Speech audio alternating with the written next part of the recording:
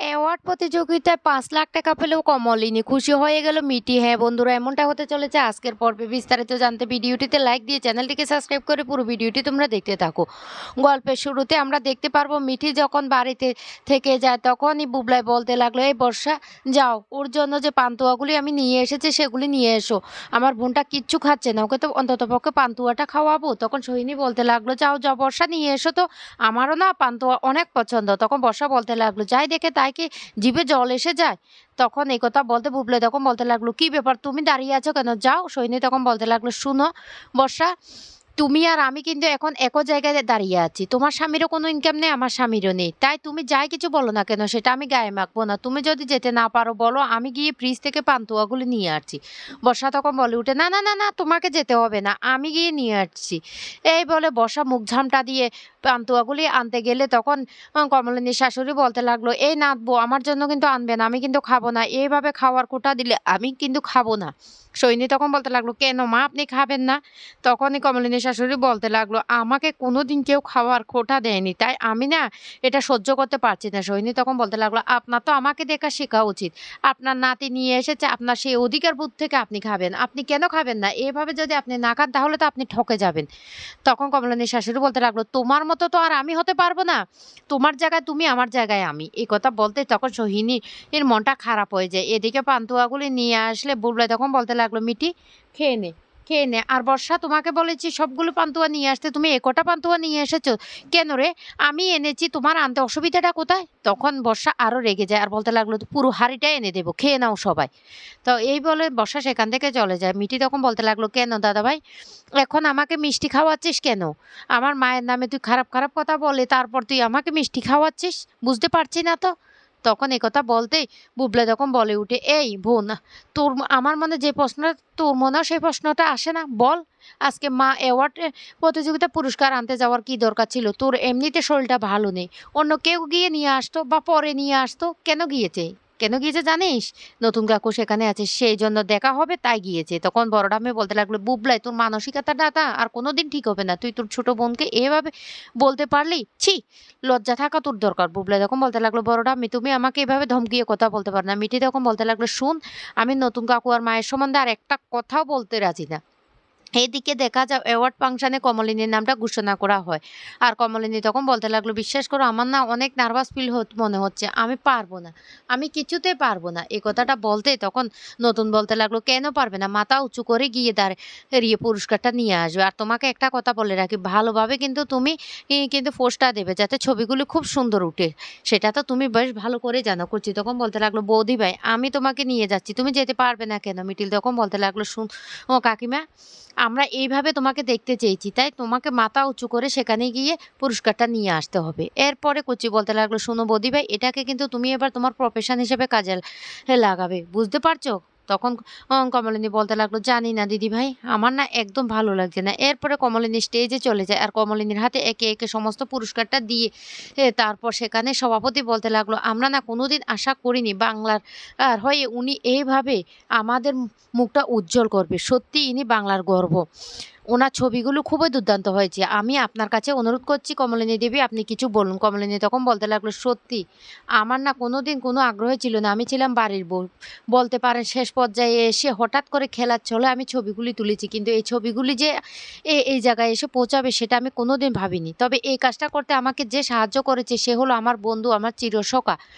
সে হলো স্বতন্ত্র বোস। সে রাজদ্বার থেকে শুরু করে শ্মশানে পর্যন্ত সে কোনোদিন আমার হাত ছাড়েনি, সবসময় আমার পাশে ছিল। আর আমার এই পুরস্কার অনুষ্ঠানে আমার কাকাবাবু, আমার দাদাভাই, দিদিভাই, আমার ছেলের হবু শ্রী সবাই এসেছে।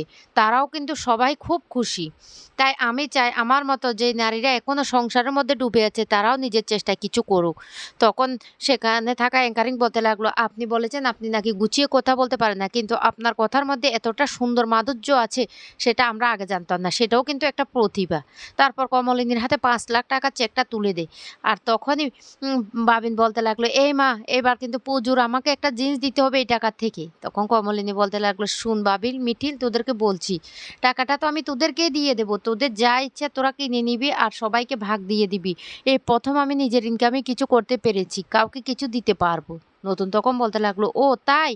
তখনই কমলিনী বলতে লাগলো, "হ্যাঁ, এতদিন তো আমি দিয়েছি কিন্তু এটা হলো আমার নিজের ইনকামের টাকা দিয়ে আমি কাউকে কিছু দিতে পারবো। সেইজন্য না আমার এতটা খুশি হচ্ছে আমি বলে বুঝাতে পারছি না।" কাকাবাবু তখন বলতে লাগলো, "শোন বুড়ি, এবার নিজেকে নিয়ে একটু ভাব।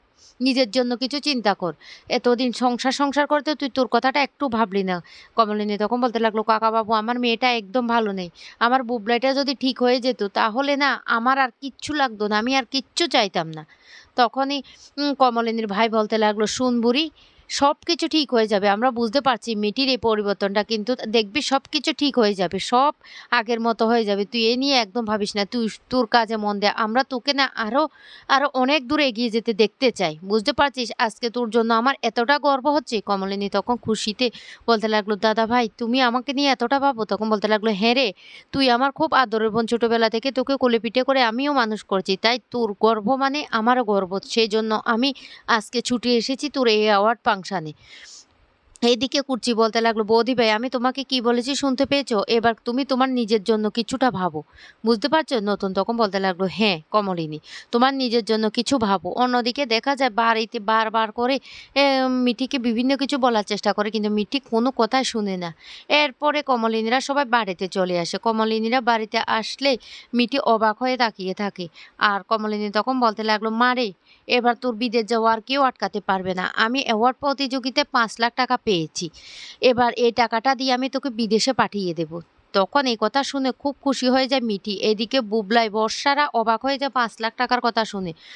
আর এত ভালো পুরস্কার তার মা পেয়েছে। বুবলাই তখন বলতে লাগলো, "মা এই কাজটা করতে পেরেছে। আসলে সত্যি আমরা কি মায়াকে ভুল বুঝেছি?" সেটা মনে মনে ভাবতে থাকে। এদিকে কমলিনীর শাশুড়ি বলতে লাগলো, "ও মা, এটা কোন ধরনের কথা? এতগুলো টাকা কি সত্যি পেয়েছে?" তখনই কুচ্চি বলতে লাগলো, "হ্যাঁ মা, বৌদিভাই এতগুলো টাকা পেয়েছে। তোমরা তো সবসময় বৌদিভাইকে নিয়ে বিভিন্ন ধরনের কথাবার্তা বলো। দেখো বৌদিভাই এতদিন সংসারে থেকেও কিভাবে নিজেকে এগিয়ে নিয়ে গেছে সেটা এবার বুঝতে পারছো?" সোহিনী তখন মুখটা বেঁকা করে বলতে লাগলো, "ও তাই? ছবি তুলে ৫,০০,০০০ টাকা পাওয়া যায় সেটা না আমার বিশ্বাস হচ্ছে না।" কুচ্চি তখন বলতে লাগলো, "তুমি না সেটা ছাড়া আর কিছু করতে পারবে না। না পারছো সংসারটা ভালো করে সামলাতে, না পারছো কিছু করতে। আমার বৃদ্ধ মাকে দিয়ে তুমি রান্না-বান্না সবকিছু করিয়ে ছাড়ছো। কিন্তু বৌদিভাইটা কোনোদিন আমার মাকে দিয়ে কোনো কাজ করায়নি।" এদিকে চন্দ্র তো টাকাটার কথা শুনে লোভ সামলাতে পারছে না। অন্যদিকে মিঠি তখন তার মায়ের কাছে ক্ষমা চেয়ে বলতে লাগলো, "মা, আমি তোমাকে অনেক ভুল বুঝেছি, অনেক ভুল বুঝেছি।" কমলিনী তখন খুব খুশি হয়ে যায় মিঠির ব্যবহারে আর বলতে লাগলো, "মারে, আমি জানতাম আমি আজকে না আ এম যদি যাই তাহলে কিন্তু অনেক কিছু মিস করতাম। শোন আমার এত কষ্টের ফল আজকে আমি পেয়েছি।" তখন মিটি বলতে লাগলো, "মা তুমি আমাকে ক্ষমা করে দাও।" এদিকে বুবলাইও তখন তার মায়ের কাছে ক্ষমা চেয়ে বলতে লাগলো, "মা আমি তোমাকে ভুল বুঝেছি। আসলে তুমি আমার সত্যিকারের মা। তোমার মতো মা পাওয়া ভাগ্যের ব্যাপার।" এই কথা শুনে নতুন অবাক হয়ে যায় বুবলাইয়ের দিকে তাকিয়ে থাকে। এদিকে বর্ষা তখন বলতে লাগলো, "এই তুমি এসব কি বলছো? কি বলছো?"